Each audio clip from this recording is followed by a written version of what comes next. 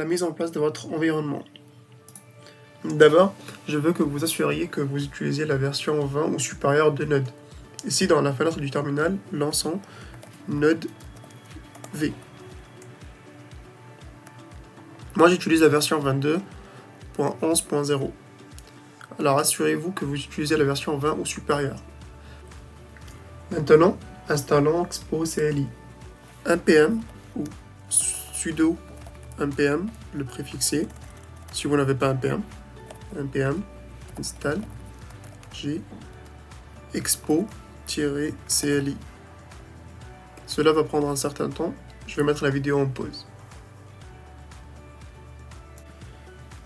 Expo CLI est maintenant installé. Vous pourrez obtenir des avertissements, mais ne vous inquiétez pas, ils n'ont pas vraiment d'importance.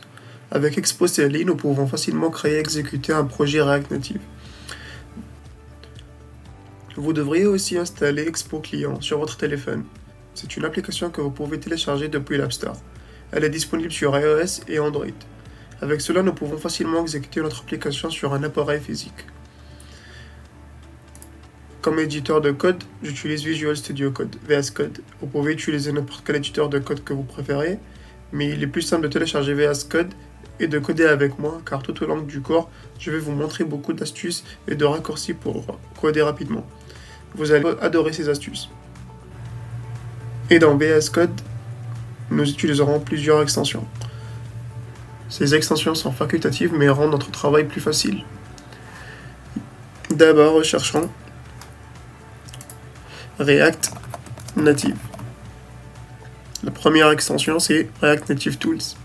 Cela permet de débugger les applications React Native dans VS Code. La deuxième sera Redux Snippet. C'est là. React Native React Redux Snippet, ce qui offre des raccourcis pour générer rapidement du code. J'utilise également Prettier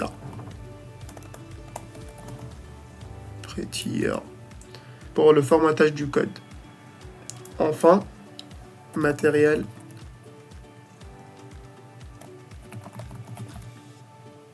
Icon Team pour des icônes attrayantes dans le projet. Nous allons passer directement dans les préférences, Settings, vous tapez Format on Save et activez cette option. Chaque fois que vous appuyez sur CTRL S ou Command S, VS Code formatera le code automatiquement avec Prettier. Maintenant, lançons notre première appli. Dans le terminal, tapez Expo, Init, et le nom de votre projet. Je l'appelle MonApp. Avec un petit message d'erreur qui n'est pas trop grave, vous pouvez ainsi le sélectionner en workflow généré avec un modèle vierge, un blanc. Cela va prendre un petit moment. Une fois le téléchargement fini, passons au projet CD MonApp et l'ouvrons dans VS Code.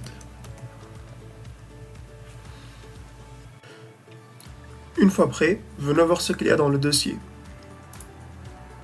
On a le dossier Assets pour les images, les audios, les vidéos, etc.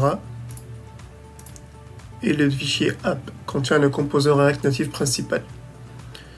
En haut, nous importons quelques petits trucs, le status bar depuis Expo Status Bar, et le style sheet, le texte et le view from React Native. Le view ici est utilisé comme des divs, et le texte, c'est le texte là où ce qu'on peut afficher sur les écrans. Dans React Native, nous n'avons pas des éléments d'HTML comme div, paragraphe ou encre, etc.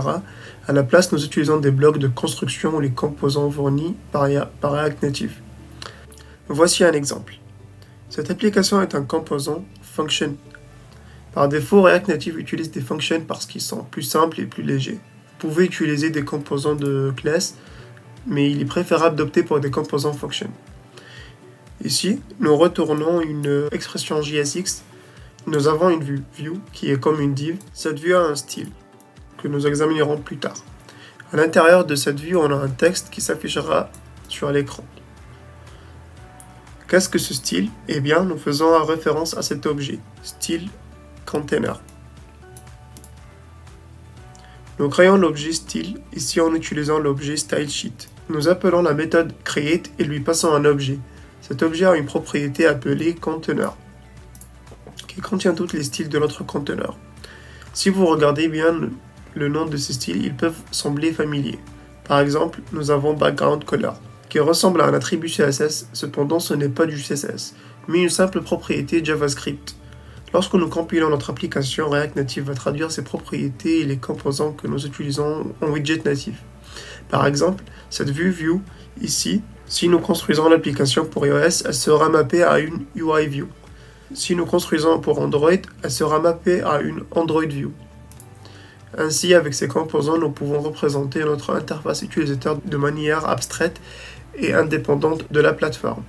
Quand nous compilons notre application, React Native mappe ses composants à leur widget natif. C'est pourquoi les applications que nous construisons avec React Native sont des vraies applications natives. Nous devrions maintenant ouvrir une fenêtre de terminal pour démarrer le serveur Expo. En haut, nous allons dans le menu Vue, ou même si vous avez terminal directement ici, vous pouvez lancer le terminal ou utiliser le raccourci CTRL-SHIFT-back/ pour les non-Mac. Et tapez ici un npm start.